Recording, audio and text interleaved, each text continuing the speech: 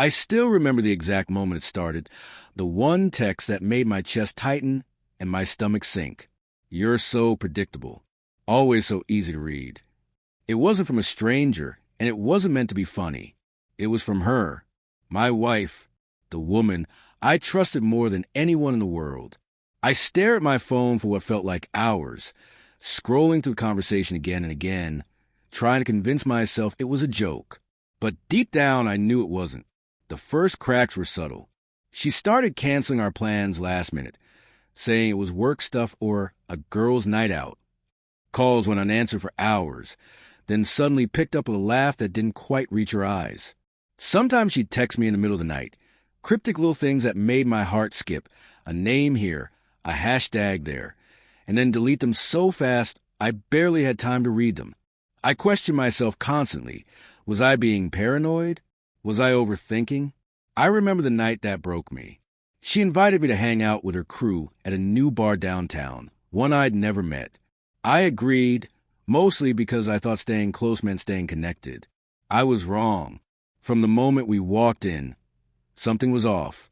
She clung to her friends in that way that made me feel invisible, laughing louder than necessary at jokes that weren't funny, her hand brushing someone else's shoulder in a way that wasn't innocent. My throat tightened, and I could feel my face burning, but I forced a smile, telling myself I was imagining things. And then it happened. She leaned into the group, louder than I ever expected, and said my name. "Oh, look at him!" Still trying to act like he belongs here. How cute. The words didn't just sting. They cut deep, slicing through years of shared memories, inside jokes, and promises. I could feel the laughter roll around the room, directed at me. My hands clenched into fists at my sides, and for a moment I couldn't breathe. I wanted to lash out, scream, disappear. But something inside me shifted. Instead of reacting with anger, I simply let her words sink in.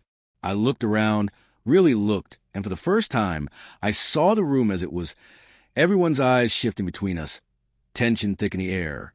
She had mocked me, made me the punchline, and the room had gone silent. Not because they were polite, but because they saw something in me they hadn't expected. I straightened my back, took a slow breath, and smiled. Not a fake smile, not one to placate her, but a quiet, controlled smile that carried calm authority. "You're right," I said softly, letting my voice carry just enough to be heard. "I don't belong here, and I think it's time I leave." There was a beat of stunned silence. Her laughter faltered. I could see her scrambling to recover, her eyes darting, the easy confidence cracking. I didn't wait for her excuses or the protests of her friends. I turned, walked out, and left the room echoing with a quiet that wasn't just surprise. It was respect. Not respect for me, not yet, but for the realization that I wouldn't tolerate being diminished.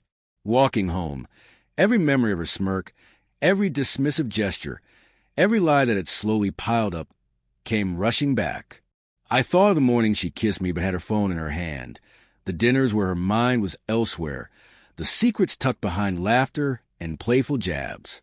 My chest ached, but for the first time, I felt clarity. I realized betrayal isn't always loud. Sometimes it's subtle, disguised in jokes and late-night texts, in avoidance and careless words. And sometimes, the power isn't in confronting it with fury. It's in walking away with your head held high. She called me the next morning. I didn't answer. The text came, apologetic at first, then demanding, then pleading. I read them all. None of them softened the sting, and none of them changed the truth. I loved her once. I probably still did, but I had to love myself more. Weeks later, I saw her at a mutual friends gathering. She approached hesitant, eyes wide, as if testing to see if I'd crumble. I didn't. I offered a simple nod. No words, no explanations. Just acknowledgement and distance. That was enough. The silence that followed wasn't empty. It was full of lessons, full of strength, and full of the knowledge that my worth wasn't tied to someone else's approval or cruelty. I had been humiliated, yes, but I had reclaimed my dignity in a way she couldn't touch.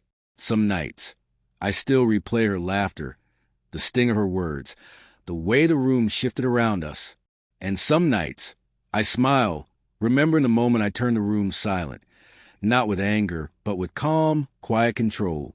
Because sometimes the most powerful revenge isn't what you say, it's what you don't. And walking away, owning your truth, is louder than any mockery, any jeer, any betrayal. I learned that night that self-respect is the only armor you need. The rest, the heartbreak, the anger, the memories, they fade. And in that fading, you find something stronger than anything anyone can take away. Yourself.